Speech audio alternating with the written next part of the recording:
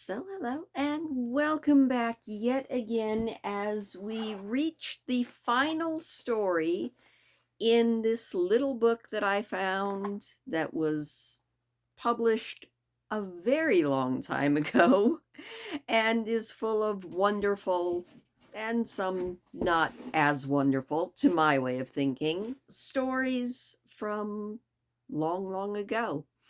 Stories in the public domain, which are proving very interesting, if nothing else.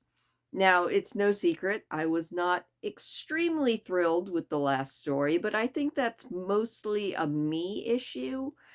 Um, it just didn't sit very well with my modern sensibilities. But there's one more story in here that we are going to read through, and then I might even read at the very end of the story. There is an interesting ad at the back of the book. I think it's for diet pills, but don't quote me on it. The print is very small and I have not read every bit of it yet, but it's titled Fat and Lean People, and the very first sentence is talking about how both are very asymmetrical and not pleasing at all. It was a different time back then. It was definitely a different time back then.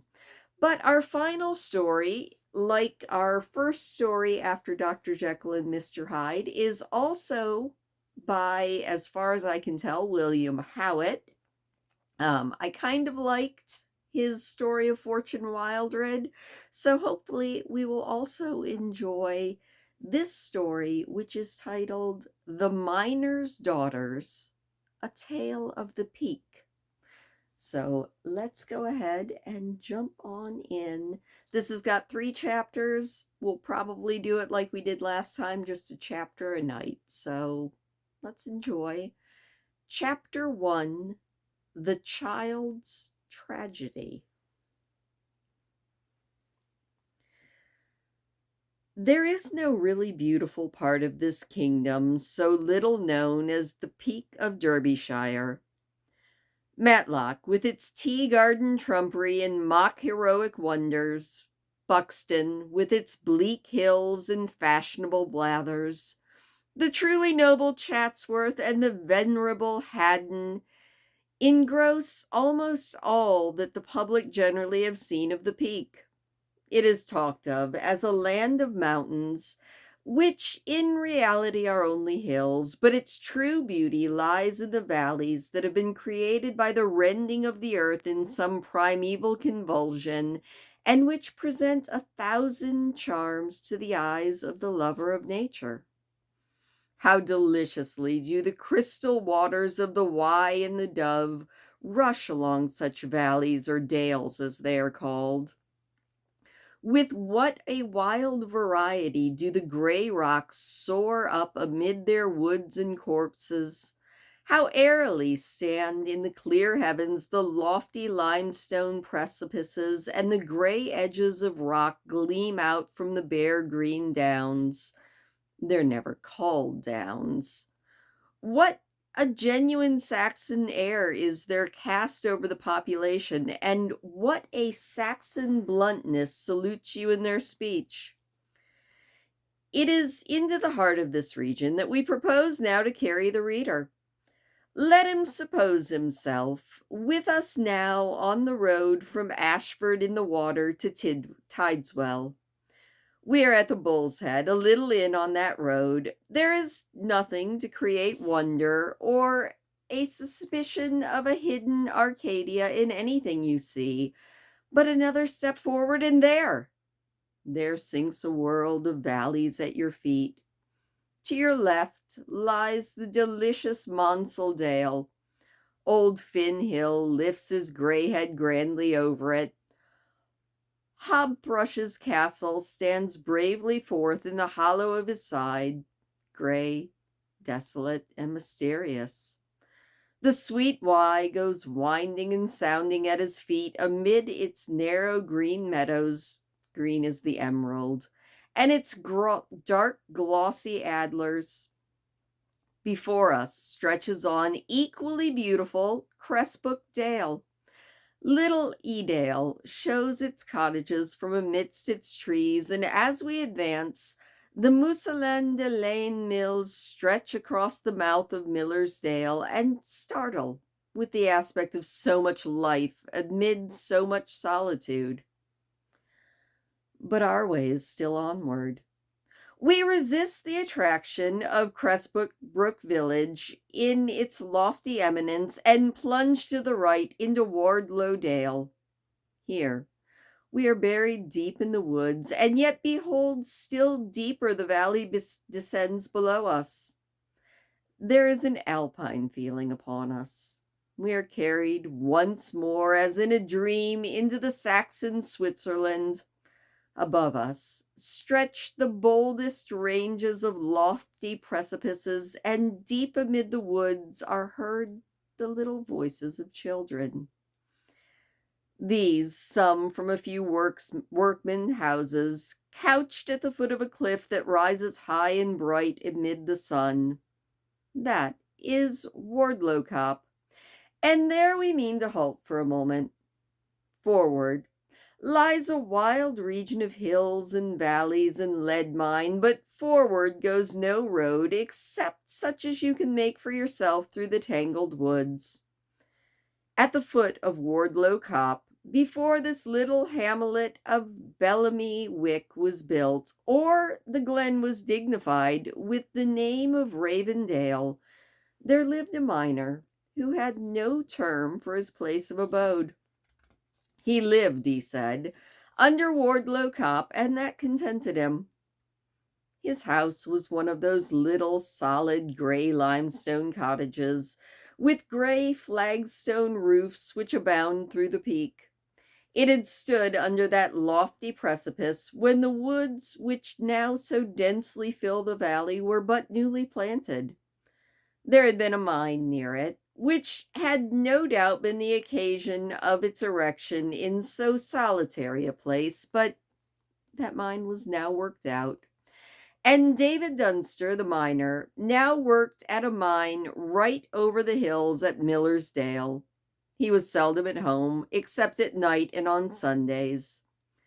His wife, besides keeping her little house and digging and weeding the strip of garden that lay on the steep slope above the house, hemmed with the stone wall, she also seamed the stockings for a framework knitter in Ashford, whither she went once or twice in the week. They had 3 children, a boy and 2 girls. The boy was about 8 years of age. The girls were about 5 and 6.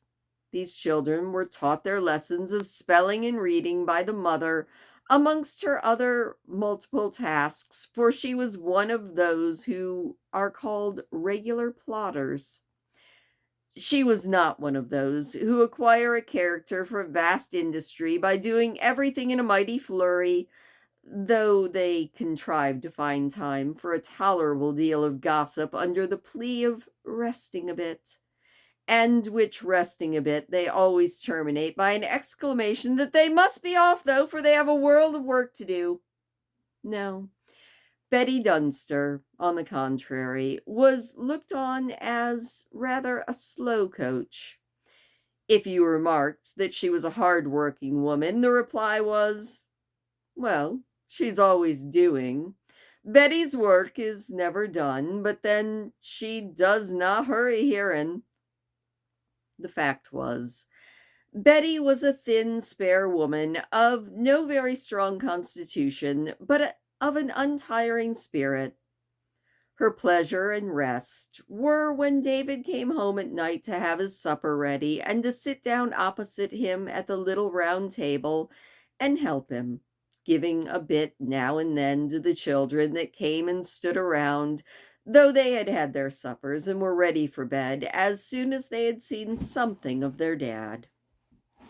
David Dunster was one of those remarkably tall fellows that you see about these hills, who seem of all things the very worst made men to creep into the little mole hills on the sides that they call lead mines. But David did manage to burrow under and through the hard limestone as well as any of them.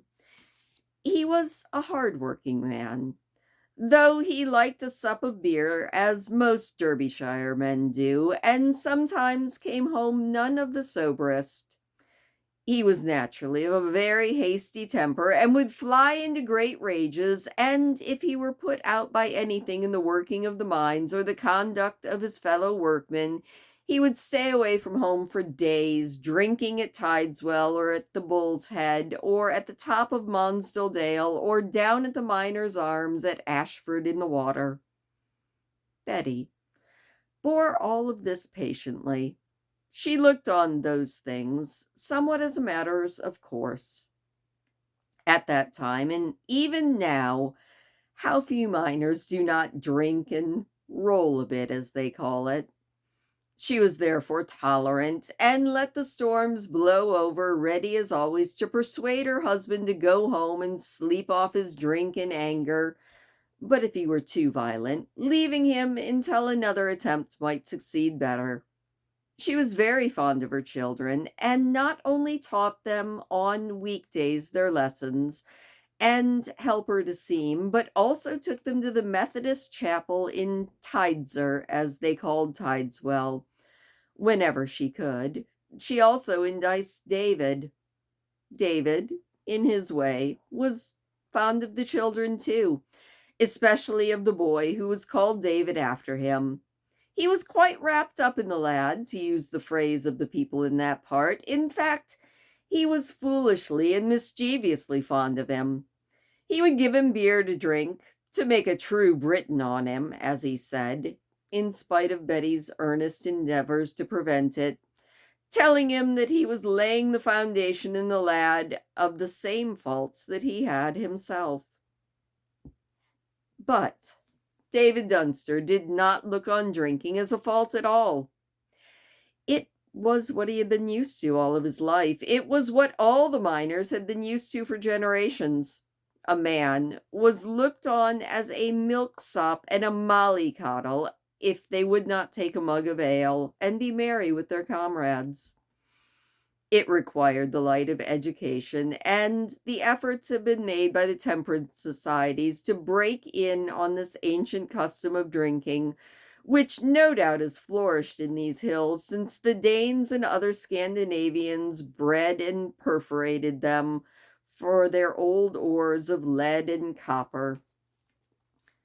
To Betty Dunster's remonstrances and commendations of tea, David would reply, "Botheration, Betty Wrench! Dinna tell me what the tea and such pig's Welsh.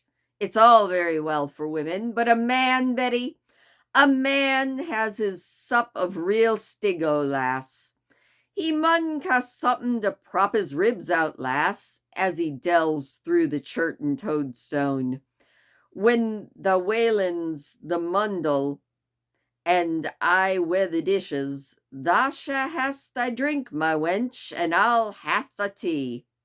Till then, prithee leave me alone, and dinna bother me, for that's no use. It only kicks my monkey up." Side note, I have no idea what any of that meant. And Betty found that it was of no use, that it did only kick his monkey up, and so she let him alone, except when she could drop in a persuasive word or two.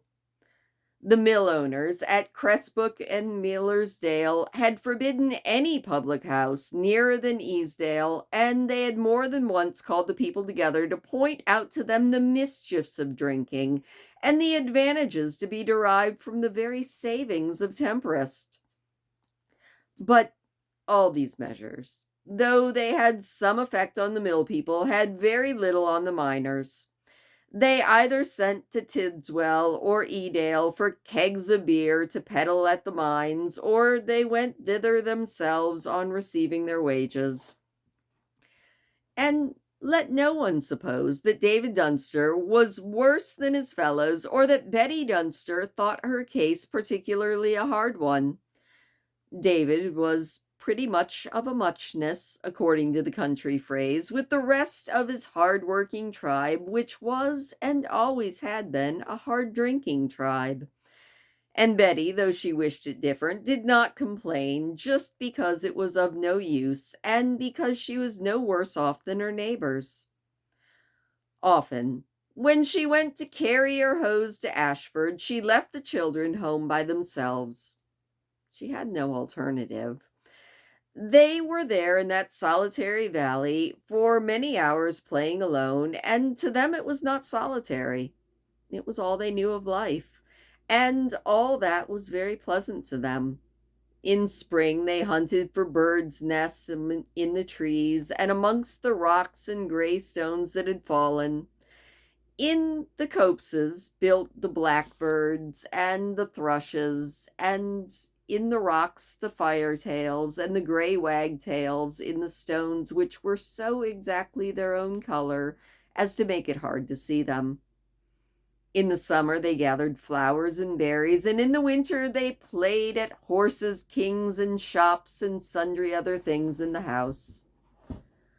On one of those occasions, a bright afternoon in autumn, the three children had rambled down the glen and found a world of amusement in teams of horses, and making a little mine at the foot of a tall cliff, and in marching for soldiers, for they had one day, the only time in their lives, seen soldiers go through the village of Ashford, and when they had gone there with their mother, for she now and then took them with her when she had something from the shop to carry besides her hose. At length, they came to the foot of an open hill which swelled to a considerable height with a round and climbable side, upon which grew a wilderness of bushes, amid which lay scattered masses of gray crag. A small winding path went up this, and they followed it. It was not long, however, before they saw some things which excited their eager attention. Little David, who was the guide, and amused himself to much importance as being the protector of his sisters, exclaimed, "See here!" and springing forward, plucked a fine crimson cluster of the mountain bramble. His sisters, on seeing this, rushed on with like eagerness. They soon forsook the little winding and craggy footpath and hurried through the stinking masses of moss and dry grass, from bush to bush and place to place. They were soon far up above the valley, and almost every step revealed to them some delightful prize. The clusters of the mountain bramble, resembling mulberries and known only to the inhabitants of the hills, were abundant and were rapidly devoured.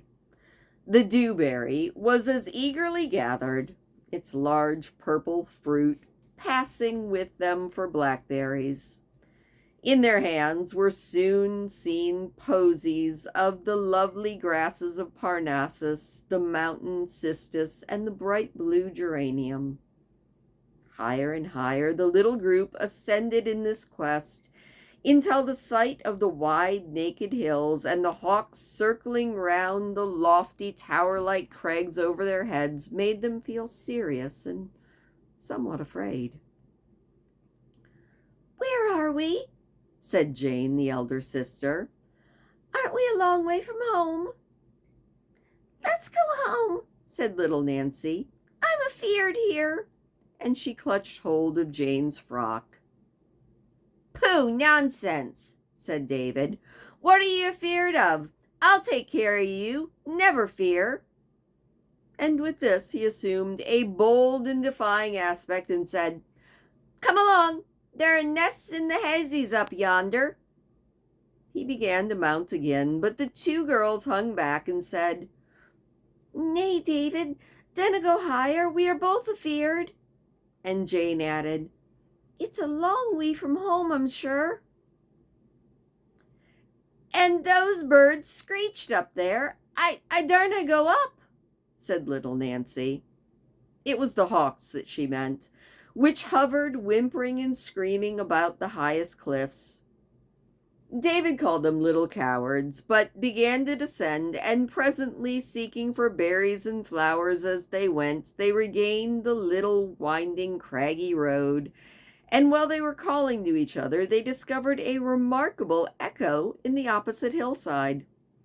On this they shouted and laughed, and were half frightened when it laughed and shouted back. Little Nancy said it must be an old man inside of the mountain, at which they were all really afraid, though David put on a big look and said, "Nonsense! It was nothing at all." But Jane asked how nothing at all could shout and laugh as it did, and on this little Nancy plucked her again by the frock and said, "Let's go home." But at this, David gave a wild whoop to frighten them, and when the hill whooped again and the sisters began to run, he burst into laughter, and the strange spectral "ha, ha, ha" that ran along the inside of the hill, as it were, completed their fear, and they stopped up their ears with their hands and scuttled away down the hill. But now David seized them, and pulling their hands down from their heads, he said, "See here, what a nice place with the stones sticking out like seats.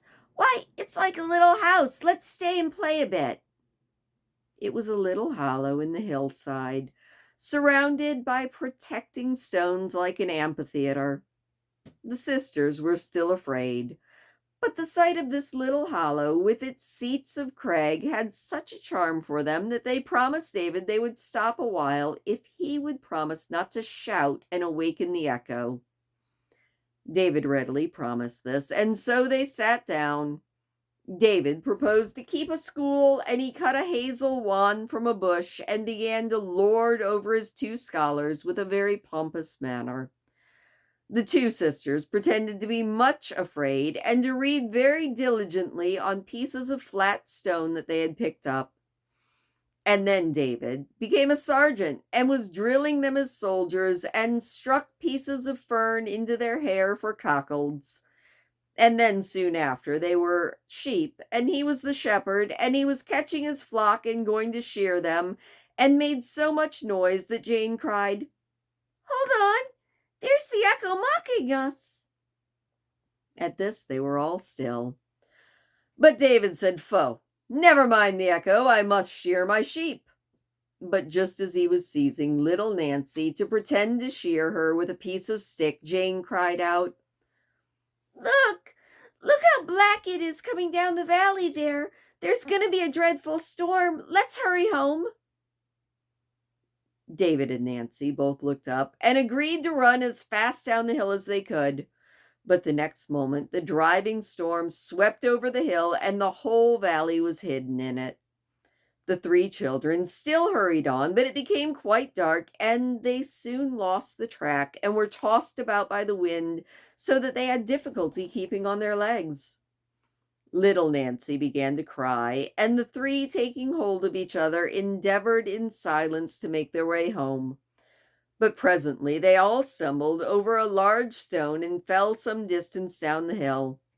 They were not hurt, but very much frightened, for now they remembered the precipices and were afraid every moment of going over them. They now strove to find the track by going up again, but they could not find it anywhere. Sometimes they went upwards until they were quite too far, and then they went downwards till they were completely bewildered, and then, like the babes in the wood, they sat them down and cried. But ere they had sat long, they heard footsteps, and they listened. They certainly heard them, and shouted, but there was no answer. David shouted, "Help! Father! Mother, help!" But there was no answer. The wind swept fiercely by, the hawks whimpered from the high crags lost in the dark of the storm, and the rain fell, driving along icy cold. Presently there was a gleam of light through the clouds. The hillside became visible, and through the haze they saw a tall figure of an old man ascending the hill. He appeared to carry 2 loads slung from his shoulders by a strap, a box hanging in front, and a bag hanging at his back. He wound up the hill slowly and wearily, and presently he stopped, and relieving himself of his load, seated himself upon a piece of crag to rest. Again David shouted, but there was still no answer. The old man acted as if no shout had been heard, and he was immovable. "It is a man," said David, "and I will make him hear." And with that he shouted once more with all his might, but the old man made no sign of recognition. He did not even turn his head, but he took off his hat and began to wipe his brow as if warm with the ascent. "What can it be?" said David in astonishment. "It is a man. That's startin'. I'll run and see." "Nay!" shrieked his sisters. "Don't, David, don't! It's perhaps the old man out of the mountain that's been mocking us." "Perhaps," said Jane. "He only comes out in storms and darkness." "Stuff!" said David. "An echo isn't a man. It's only our own voices. I'll see who it is." And away he darted, in spite of the poor girls crying in terror, "Don't, David! Oh, don't!" But David was gone. He was not long in reaching the old man, who sat on his stone breathing hard, as if out of breath with his ascent, but not appearing to perceive David's approach. The rain and the wind drove freely upon him, but he did not seem to mind it. David was half afraid to approach too close to him, but he called out, "Help! Help, mister!" The old man remained as unconscious of his presence. "Hello!" David called again. "Can you tell us the way down, meester?" There was no answer, and David was beginning to feel a shudder of terror run through every limb when the clouds cleared considerably, and he suddenly said, "Why, it's old Tobias Turton of top of Edale, and he's deaf as a doornail." In an instant, David was at his side, and he seized his coat to make him aware of his presence, and upon the old man perceiving him, he shouted in his ear, "Which is the way down, Mr. Turton? Where's the track?" "Down? Ways aback?" said the old man. "Aye, my lad, I was fain to sit down. It does weigh on the back, sure enough." "Where's the foot track?" shouted David again. "The foot track? Why, what art thou doing here, my lad, in such a starn? Isn't ye David Duster's lad?" David nodded. "Why, the track's here, see?" said the old man, and he stamped his foot. "Get down home, my lad, as fast as thou can. What done they do, letting thee be up upon the hills on such a dee as this?" David nodded his thanks, and he turned to descend the track, while the old man, adjusting his burden again silently and wearily, recommenced his way upwards. David shouted to his sisters as he descended, and they quickly replied. He called them to come towards him, as he was on the track, and he was afraid to quit it again. They endeavored to do this, but the darkness was now redoubled, and the wind and rain had become more furious than ever. The 2 sisters were soon bewildered amongst the bushes, and David, who kept calling to them at intervals to direct their course towards him, soon heard them crying bitterly. At this, he forgot the necessity of keeping the track, and, darting towards them, soon found them by continuing to call to them, and he took their hands to lead them to the track, but they were now drenched through with rain and shivering with cold and fear. David, with a stout heart, endeavored to cheer them. He told them the track was close by and they would soon be at home, but though the track was not 10 yards off, somehow they did not find it.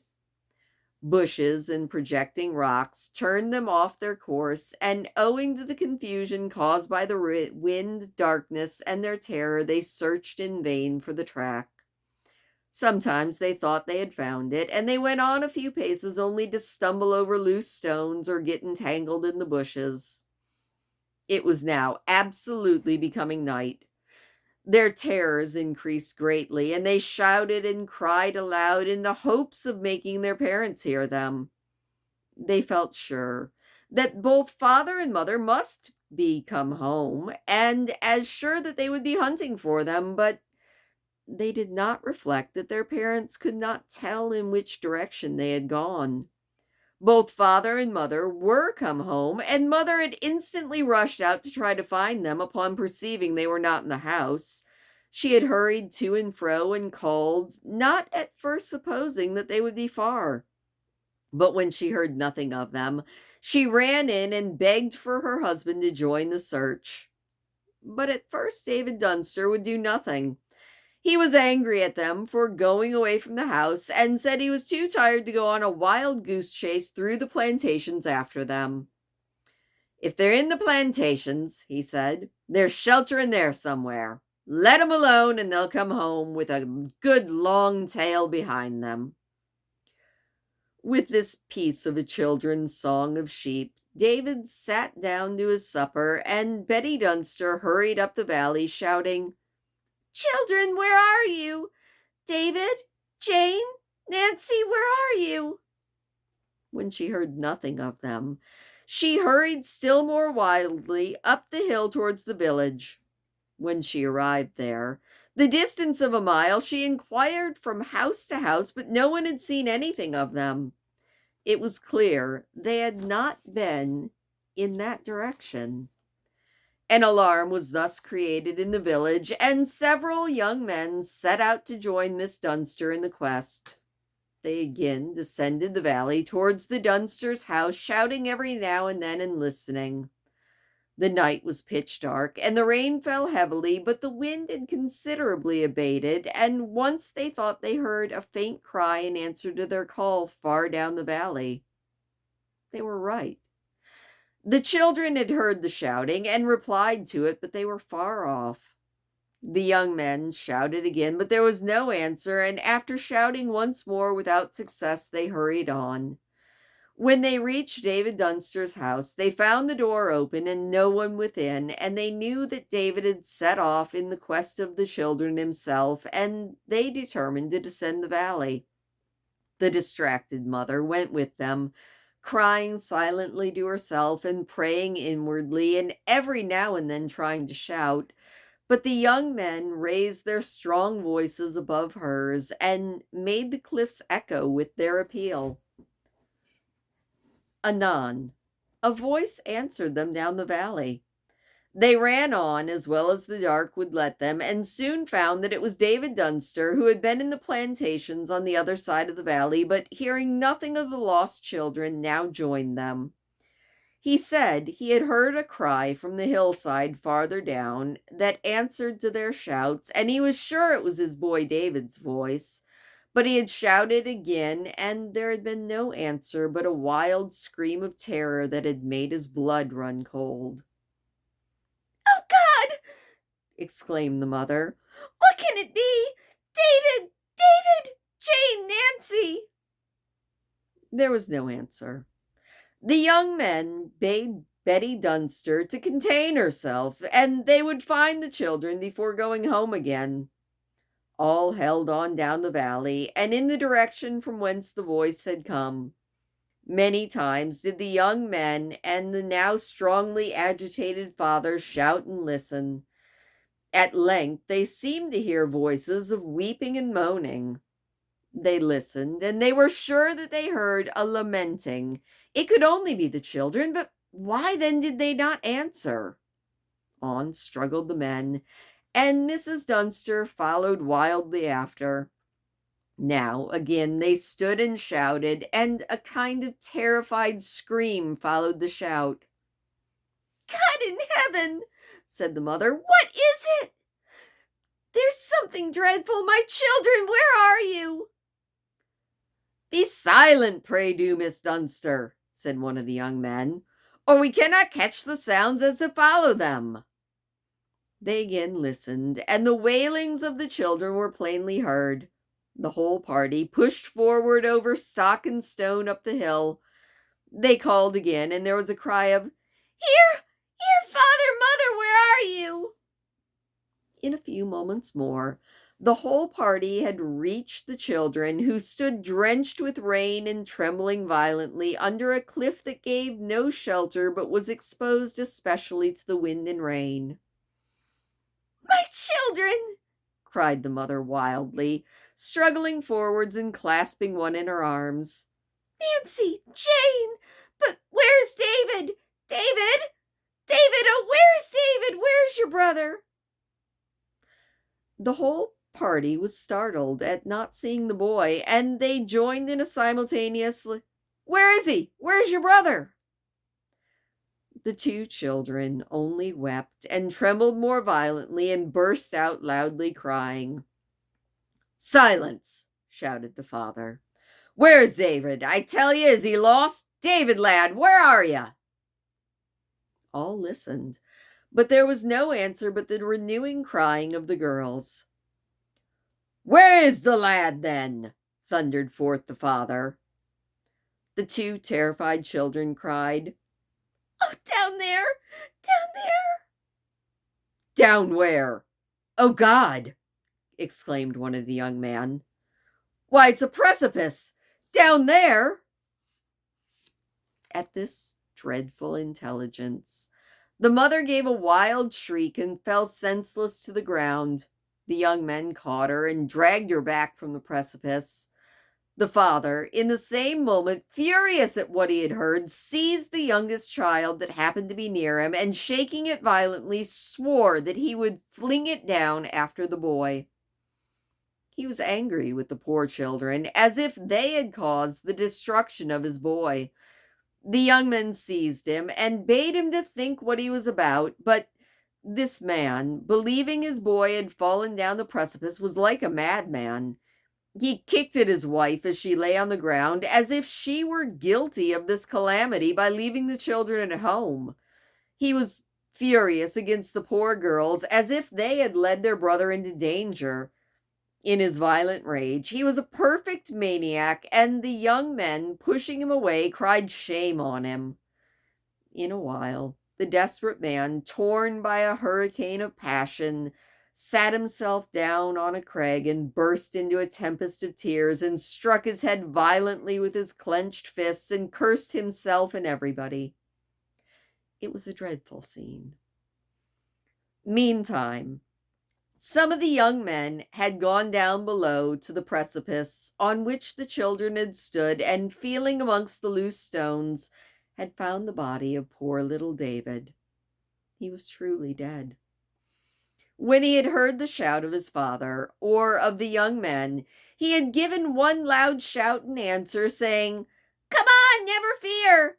And he had sprung forward and was over the precipice in the dark, and he flew down and was dashed to bits. His sister heard a rush, a shriek, and suddenly stopping, they had escaped the destruction that their poor brother David had found. And that is the end of chapter 1. And that entire last half of the chapter, the entire time I was reading it, I can't remember her name. Alison Krauss, that's her name. Alison Krauss has a song, I think it's called Jacob's Dream. And funny story about that, because I bought her CD because I really liked the song Whiskey Lullaby eons ago, and it was on the CD that this Jacob's Dream was on. But it's basically a song about two little kids that wander out into the woods and die. And their bodies are found by like an old Native American who has a dream about where they are. I don't remember the whole song, but that was going through my mind when I was reading that. I'll see if I can't find the video on YouTube and link it to this, just so that you can hear the song and see if it reminds you of this story. This is a very different story than the last three. So I'm very curious as to what else is going to happen, because there's 2 more chapters, and honestly, that felt like a complete story right there. Chapter 2 is titled Mill Life, and we will see that when we rejoin the Miner's Daughters, A Tale of the Peak. But thank you for being here. Thank you for listening. Please do leave me a thumbs up if you don't mind, and I will see you next time.